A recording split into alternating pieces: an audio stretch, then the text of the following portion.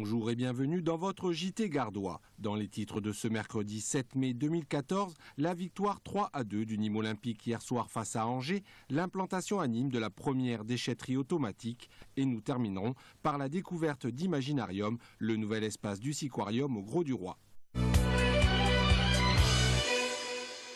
Nîmes Olympique n'a pas loupé le coche de la 36e journée de la Ligue 2, en battant Angers 3-2 au stade de Jean-Bouin. Mais la rencontre a mal débuté pour les Nîmois, car c'est les Angevins qui ouvrent le score à la 22e minute. Les Crocos, quant à eux, réagissent avec Aurélien Bosch, qui marque de la tête sur un corner tiré par Moriola Ogombi à la 33e minute. C'est 6 minutes plus tard que les Nîmois prennent l'avantage avec un tir d'Abel Hakim Omrani. Le tableau d'affichage marque alors 2-1.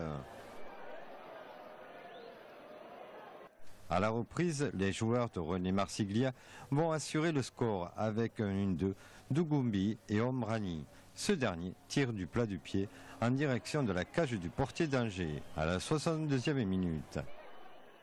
Les locaux ont réduit le score à la 75e minute. Les Gardois sont 17e au classement général avec 39 points devant Auxerre. La prochaine rencontre face à Laval sera décisive pour le maintien des Crocos en Ligue 2.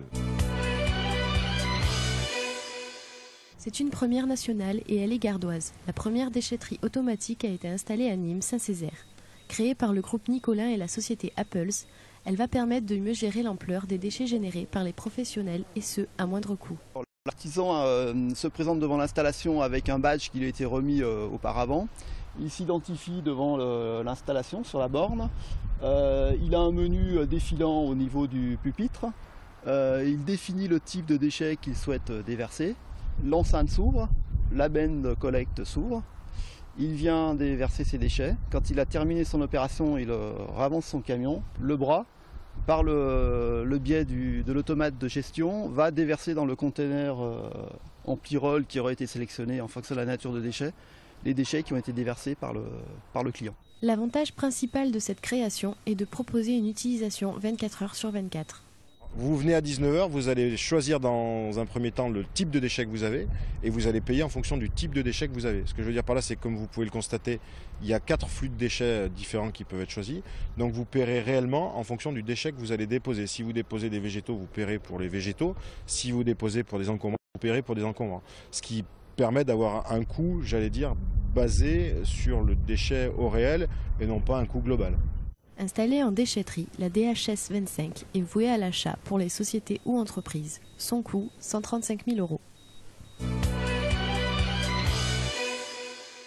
Christophe Bourgus est le nouveau directeur de cabinet du préfet du Gard. Il remplace Julie Boisis, directement sorti de l'École nationale de l'administration.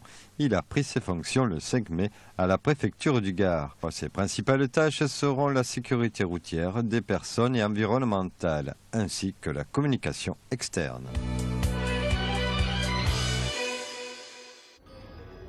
Entre mythe et réalité, l'Imaginarium est un nouvel espace du Siquarium du Grau du Roi dans le Gard. Cet espace est consacré à l'imaginaire marin tel que les cités englouties, les monstres marins ou encore les animaux particuliers des grandes profondeurs.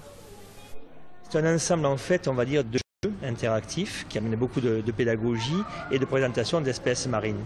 Donc le but pour nous aujourd'hui, c'est essayer d'interpeller le public sur des grands thèmes majeurs de l'actualité, par exemple comme la montée des eaux, le réchauffement climatique, voir un petit peu ce qui va se passer dans l'avenir pour toutes les espèces marines confrontées à ces problèmes-là.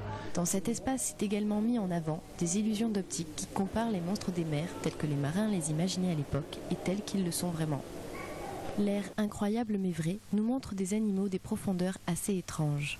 Parmi ces activités et ces jeux interactifs se trouve un théâtre optique qui permet d'observer Paris. Alors ce qu'on voit ici derrière moi, c'est un théâtre optique, justement toujours sur le thème des cités englouties comme on a vu tout à l'heure, avec Paris sous les eaux. Paris en 2035, Paris en 2100 et en 2300.